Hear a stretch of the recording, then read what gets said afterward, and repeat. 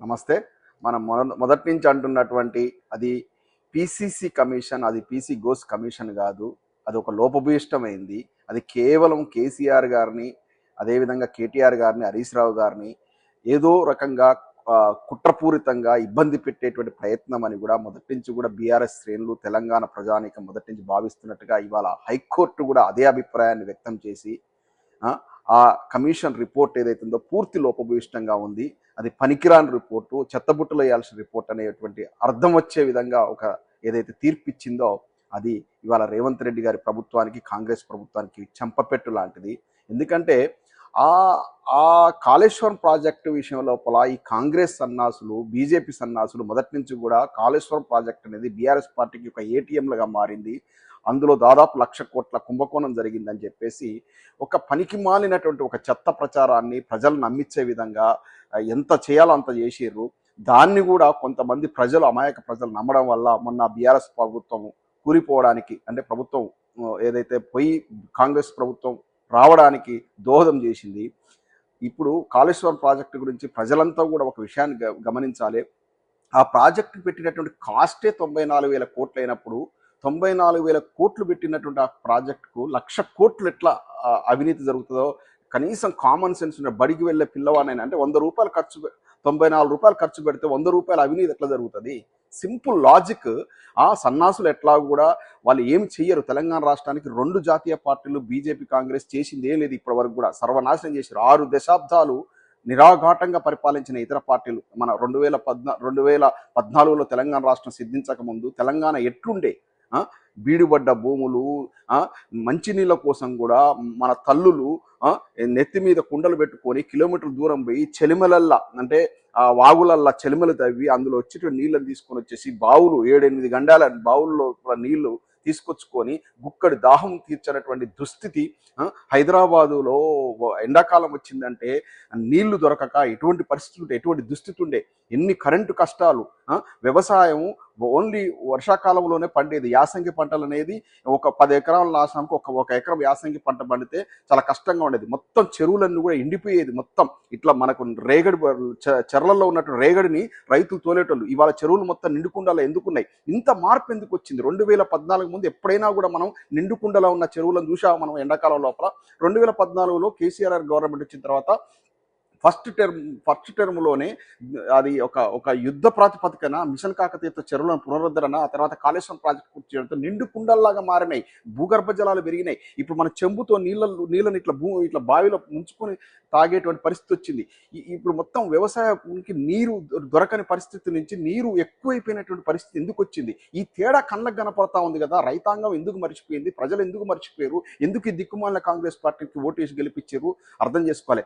Kaleshwaram project అంటే ఒక యజ్ఞం. అది కాళేశ్వరం ప్రాజెక్ట్ అంటే ఏంది? మామూలుగా ఇట్లా ఉన్నటువంటి పరిస్థితి నుంచి ఇక్కడ ఉన్నటువంటి గోదావరి నీళ్లను ఇంత ఎత్తుకు తీసుకొచ్చేసి మన గ్రావిటీ ద్వారా అన్ని చెరువులకు దాదాపు ఒక 1,500 కిలోమీటర్ల గ్రావిటీ కెనాల్స్ ద్వారా చెరువుల 20 రిజర్వాయర్లు నింపి, ఆ రిజర్వాయర్ల నుంచి మొత్తం మన దేశం, మన తెలంగాణ రాష్ట్రంలో చెరువులన్నింటినీ నింపినటువంటి కార్యక్రమం అది. ఎంత 600 మీటర్లు అంటే మామూలు విషయమా? ఇక్కడ ఉన్నట్టు ఒక నదిని 600 మీటర్లు ఎక్కించడం అంటే రివర్స్ ఫ్లో వాటర్ను పైకి ఎక్కించేసి గ్రావిటీ కెనాల్స్ ద్వారా దాదాపు 200 కిలోమీటర్ల సొరంగ మార్గాల ద్వారా నీళ్లను పారించినటువంటి వైనం. ఎన్ని పంప్ హౌజులు? దాదాపు 20 పంప్ హౌజులు, 110 నుంచి 140 మెగావాట్ల 100 మోటార్లు, పెద్ద బాహుబలి మోటార్లు. ఒకటా రెండా? అంత కష్టపడి హరీష్ రావు గారు అక్కడ కుర్చీ వేసుకొని కూర్చొని కేసీఆర్ గారు ఆజ్ఞాపిస్తే చేసి ఆ యొక్క ప్రాజెక్ట్ నిర్మిస్తే కదా ఇవాళ మన ఫలాలు అందుకుంటున్నది. ఇవాళ తెలంగాణ ఎందుకు పచ్చగా ఉంది? కోనసీమలాగా ఎందుకుంది? ఎందుకు తయారైంది? గత 7 దశాబ్దాల క్రితం కాంగ్రెస్ పాలనలో, తెలుగుదేశం పాలనలో లేనటువంటి పరిస్థితులు ఇవాళ ఓన్లీ 9 ఏళ్ల పాలన కేసీఆర్ గారు ఎట్లా ఇచ్చారు? ఇంటింటికి మంచినీళ్ళు ఎట్లా వచ్చినాయి మిషన్ భగీరథ ద్వారా? ఇవన్నీ బేరు చేసుకోవాలి కదా. రైతుకు ప్రతి ఒక్కరికి ప్రతి సీజన్కు రైతు అకౌంట్లు ఎట్లా డబ్బులు పడ్డాయి? ఇవన్నీ అనుభవించి ప్రజలు ఈ యొక్క కాంగ్రెస్ 6 గ్యారెంటీల గారిలో పడి చేసినటువంటి దానికి ఇవాళ ఎటువంటి పరిస్థితులు ఉత్పన్నమైనాయి? ఇదంతా కూడా అనుభవరాహిత్యం. రేవంత్ రెడ్డి గారు ఎప్పుడు కూడా ఒక మంత్రి పదవి కూడా అనుభవించలేదు. డైరెక్ట్ ఎమ్మెల్యే నుంచి ముఖ్యమంత్రి అయ్యాడు. ముఖ్యమంత్రి అయిన ఆయనకు అనుభవం లేదు. అదేవిధంగా అనుభవం ఉన్నటువంటి మంత్రులను ఉపయోగించుకోలేని పరిస్థితి. వాళ్ళు ఉత్సవ విగ్రహాలుగా మారారు. ఎవరు? ఉత్తమ్ కుమార్ రెడ్డి గారు, బట్టి విక్రమార్క గారు, ఇటువంటి మంత్రులు వాళ్ళు చాలా సీనియర్లు. శ్రీధర్ బాబు లాంటి వాళ్ళంతా కూడా జస్ట్ రేవంత్ రెడ్డి పక్కన జస్ట్ చేతులు కట్టుకొని నిలబడే పరిస్థితి వచ్చింది. వాళ్ళ యొక్క అనుభవాన్ని ఉపయోగించుకోలేని పరిస్థితి. ఏ అనుభవం లేనటువంటి ఆయన ఒక కోటరీని డెవలప్ చేసుకునే భాగంగా ఎవరో ఇప్పుడు వాకిటి శ్రీహరి అని, ఇంకో లక్ష్మణ్ అని, ఇటువంటి కొత్త కొత్త వాళ్ళకి మంత్రి పదవులు వచ్చి వాళ్ళకి అనుభవం లేదు. ఎన్నడూ వాళ్ళు మంత్రి పదవులు చేసిన వాళ్ళు కాదు. సీతక్క ఇటువంటి వాళ్ళంతా కూడా ఎన్నడూ మంత్రి పదవులు చేసిన వాళ్ళు కాదు. అటువంటి వాళ్ళని పెట్టుకొని తన టీమును పెట్టుకొని తెలంగాణ రాష్ట్రాన్ని సర్వనాశనం చేశాడు. వీళ్ళకి ఎవరికి అనుభవం లేకపోవడం కూడా ప్రధాన కారణం ఇక్కడ. ఇవాళ ఇంత కాంగ్రెస్ సన్నాసులు కాళేశ్వరం ప్రాజెక్టు వరప్రదాయాన్ని తెలంగాణకు దాని మీద మాట్లాడుతున్నారే, కానీ ఎస్ఎల్బీసీలో ఒక్క ఎస్ఎల్బీసీ అనేటువంటి ఒక సొరంగ మార్గాన్ని వాళ్ళు నిర్మించడం లోపల ఎంత ఫెయిలర్. అందులో 8 మంది సజీవ సమాధి అయ్యారు. దాని గురించి మాట్లాడిన నాదులు లేడు. ఇవాళ 80 మేడిగడ్డ బ్యారేజీ, అవి 3 బ్యారేజీలు ఉంటాయి మొత్తం కాళేశ్వరం ప్రాజెక్టు. ఒక్క బ్యారేజీలో 85 పిల్లర్లు ఉంటే అందులో 2 పిల్లర్లు గుంగినాయి.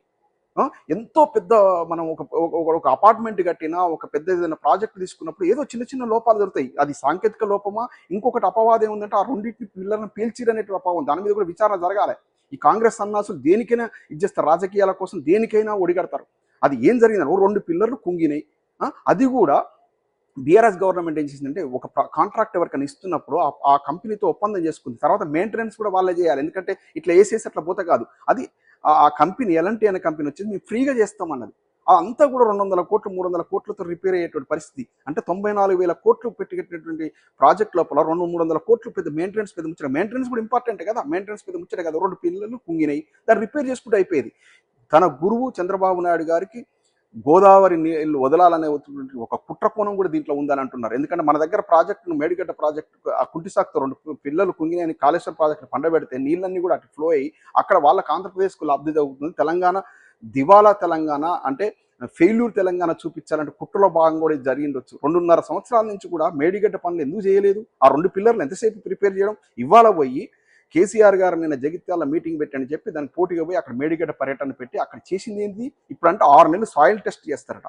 6 నెలల తర్వాత సాయిల్ టెస్ట్ చేసిన తర్వాత ఆ రిపోర్ట్ల ఆధారంగా తీసుకునేసరికి వీళ్ళ పుణ్యకాలం గడిచిపోతుంది. ఈ యొక్క కాంగ్రెస్ గవర్నమెంట్ వచ్చిన తర్వాత అని చెప్తున్న 2.5 ఏళ్లలో 3.5 లక్షల కోట్ల అప్పు తీసుకొచ్చారు. ఒక్క ఇటుక పిల్ల పెట్టలే, ఒక్క బిల్డింగ్ కట్టలే, ఒక్క ప్రాజెక్ట్ కట్టలే. చేయక ఎస్ఎల్బీసీ పనులు మొదలు పెడితే అలా 8 మందిని సజీవ సమాధి చేశారు. ఇటువంటి దుష్ట పరిపాలన చూలే. ఇవాళ ఆర్టీసీ కార్మికులు కూడా కేసీఆర్ గారు అంత బాగా చూసుకుంటే ఈ కాంగ్రెస్ వాళ్ళు వచ్చి ఉద్ధరిస్తారని చెప్పేసి ఈ యొక్క ఆర్టీసీ కార్మికులు, ప్రభుత్వ టీచర్లు, ప్రభుత్వ ఉద్యోగులు కాంగ్రెస్ కొంతపడితే ఇవాళ వాళ్ళ నడ్డి విరిచే ప్రయత్నం చేస్తూ ఉంది. ఇవాళ ఆర్టీసీని శాశ్వతంగా మూసివేసే ప్రక్రియకు నాంది పలుకుతా ఉంది కాంగ్రెస్ గవర్నమెంట్. ఎందుకంటే వాళ్ళు దాదాపు నెలకు 400 కోట్లు ఇవ్వాలి ఆర్టీసీకి, ₹1 ఇవ్వలే. మొత్తం ఆర్టీసీ దివాలాంచలో ఉంది. ఆర్టీసీ మొత్తం మూసివేసేసి ఆస్తులను అమ్మేటువంటి కార్యక్రమానికి ఈ తెరలేపింది కాంగ్రెస్ ప్రభుత్వం. చూడండి, ఆర్టీసీ కార్మికుల బతుకులు ఛిద్రం చేసేటువంటి కార్యక్రమానికి శ్రీకారం చుట్టింది ఇది. ఆర్టీసీలకు 1000 కోట్ల, దాదాపు ఎన్ని వేల కోట్లున్నారో అసలు బాకీ పడ్డరో ఈ ప్రభుత్వమే లెక్కలు చూపించాలా. దాదాపు ఇప్పుడు ఒక ప్రైవేట్ ఇంజనీరింగ్ కాలేజీలు, ఫార్మసీ కాలేజీలు, డిగ్రీ కాలేజీలు వాటి ఫీజు రియంబర్స్ మీద దాదాపు 12-13 వేల కోట్లు అప్పు పడ్డది. రిటైర్డ్ ఎంప్లాయీస్కి బెనిఫిట్స్ ఇవ్వట్లేదు. ప్రతి ఒక్కరికి అప్పులు పడ్డది ఈ గవర్నమెంట్. దాదాపు 1 లక్ష కోట్ల ఫండ్స్ వివిధ వర్గాలకు అప్పు పడ్డది. 3.5 లక్షల కోట్లు అప్పు తీసుకొచ్చి మొత్తం బొక్కీరు పొంగిలేటి కమిటీకని